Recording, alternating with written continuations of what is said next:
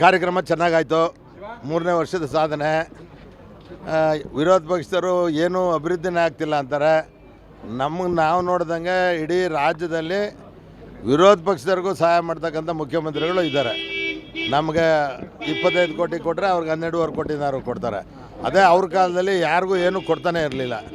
So ಅದರಿಂದ ನಮಗೆ ನಮ್ಮ ಜಿಲ್ಲೆಯಲ್ಲಿ ಒಳ್ಳೆ ಅಭಿವೃದ್ಧಿ ಆಗ್ತಿದೆ. ನೀರಾವರಿಗೆ ಹೆಚ್ಚು ಒತ್ತು ಕೊಟ್ಟಿದ್ದೀವಿ, ಯಾವುದೇ ಸಮಸ್ಯೆ ಇಲ್ಲ. ಈಗ ನೀವು ಕೇಳೋದನ್ನು ಬಿಟ್ಟು ಎಲ್ಲ ಚೆನ್ನಾಗಿದೆ, ಅದನ್ನ ಬಿಟ್ಟು ಎಲ್ಲ ಚೆನ್ನಾಗಿದೆ, ನಿಮಗೆ ಗೊತ್ತಿರುತ್ತೆ.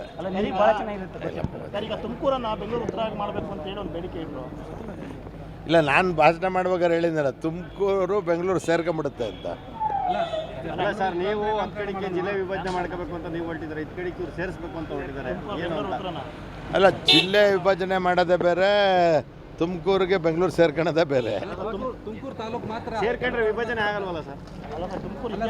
ನಾನು ವಿಭಜನೆ ಮಾಡ್ತೀವಿ ಅಂತ ಹೇಳಿಲ್ಲ, ಸೇರ್ಕೊಳ್ಳುತ್ತೆ ಅಂತ ಹೇಳಿದ್ದೀನಿ.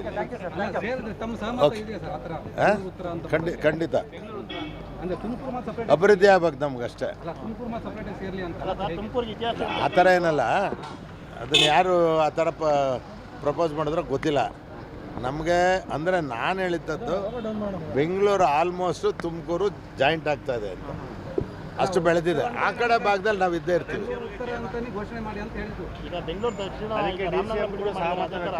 ಮಾಡಿ ಅಂತ ಹೇಳಿ ಜಿಲ್ಲೆ ಶಾಸಕರು ಏನು ಹೇಳ್ತಾರೆ ಅಂದ್ರೆ ಇನ್ನು ನಮಗೆ ಕೇಳಿಲ್ಲ, ಕೇಳಿದಾಗ ನೋಡೋಣ. ವೇದಿಕೆ ಮೇಲೆ ಹೇಳಿದ್ರಲ್ಲ ಸರ್, ಹೇಳಿದಾಗ ನಿಮ್ಗೆ ಕೇಳ್ದಂಗೆಲ್ವ ಸರ್?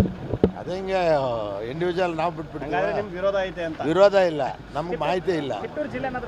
ಜಿಲ್ಲೆ ಮಾಡ್ತೀವಿ, ಜಿಲ್ಲೆ ಆಗಲೇಬೇಕು. ದಾವಣಗೆರೆ ಬಿಟ್ಟರೆ ರವೀನಲ್ಲಿ ತುಮಕೂರು ಜಿಲ್ಲೆನೇ ಚೆನ್ನಾಗಿರೋದು. ಅದರಲ್ಲೂ ತಿಪ್ಟೂರು ಕಮರ್ಷಿಯಲ್ ಪ್ಲೇಸು, ಅದರಿಂದ ಜಿಲ್ಲೆ ಆಗಲೇಬೇಕಾಗ್ತದೆ. ಇದು ಭಾಳ ದಿವಸದ ಬೇಡಿಕೆನೂ ಇದೆ. ಅದರಿಂದ ಜಿಲ್ಲೆ ಮಾಡಲಿಕ್ಕೆ ಹೋರಾಟ ಏನು ಬೇಡ, ಮಾಡೇ ಮಾಡ್ತಾರೆ. ಪಾಪ ರಾಜಣ್ಣ ಇಲ್ಲ ಫಸ್ಟ್ ನಿಂದಾಗಲಪ್ಪ, ಆಮೇಲೆ ನಂದಾಗಲಿ ಅಂತ ಹೇಳಿದ್ದಾರೆ. ಮಾಡುವಾಗ ಆಗ್ತದೆ. ಬೆಳಗಾಂ ಶುರು ಮಾಡಿದ್ರೆ ನಮ್ಮದು ಆಗುತ್ತೆ, ಅವ್ರದ್ದು ಆಗುತ್ತೆ. ಅವ್ರು ಹೇಳಿರೋದು ಮಧುಗಿರಿನೂ ಮಾಡಿ ತಿಪ್ಟೂರು ಮಾಡಿ ಅಂತ ಹೇಳಿ ಹೇಳ್ತಾರೆ. ಆಯ್ತು, ಮಾಡೋಣ ಬಿಡಿ. ಏನು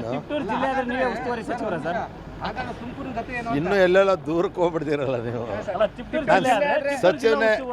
ಸಚಿವನೇ ಆಗಿಲ್ಲ, ಉಸ್ತುವಾರಿ ನೆಲ್ ಬರ್ತದೆ. ಸಚಿವನ ಆದ್ಮೇಲೆ ಹೇಳ್ತೀನಿ ಅದನ್ನು.